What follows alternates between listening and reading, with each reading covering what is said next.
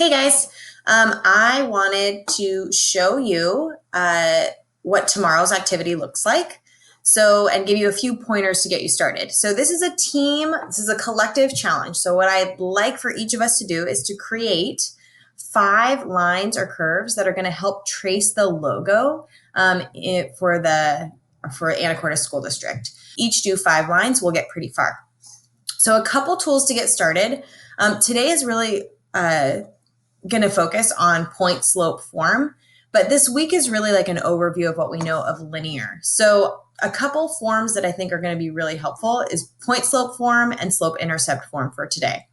So you'll notice here that I have plotted 2 points right here. I did my best guess. I did a little tweaking. I just plotted 2 points that mark the end of this sail here. What I want to do is create the line that matches this angle of the sail right here. So I'm going to use point slope form because I've got 2 points and neither of those points is on the y-intercept. I could use slope intercept form for this one, but I really want to model point slope form.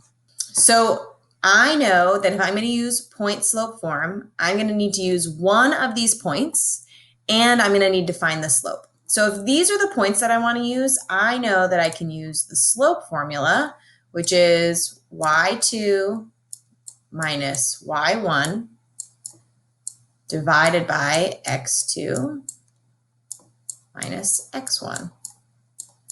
And when I do that, I'm going to use these 2 points to help me.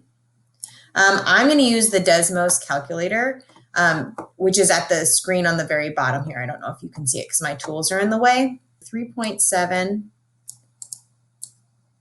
minus 0.3 divided by 0.6 minus negative 1.7.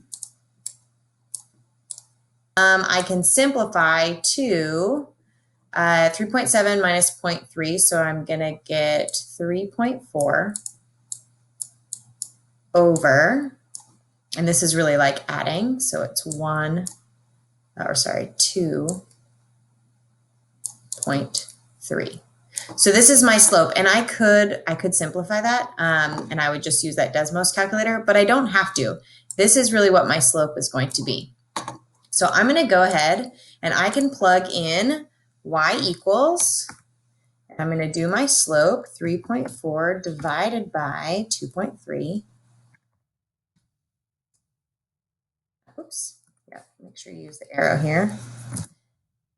Times x, and remember, all I have to do is choose a point. So I'm going to pick this point because there's no negatives, and I just like doing that. And then I can plug that in to my equation here. So this is going to be x minus 0.6, then plus 3.7. You can see I've created a line here. So one thing that we're missing is the domain, right? So we don't want this line to go on forever. So if you remember, we do our brackets here.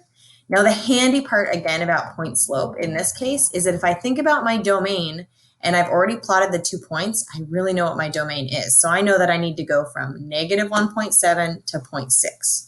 So I'm going to go negative 1.7 is less than or equal to x, which is less than or equal to 0.6.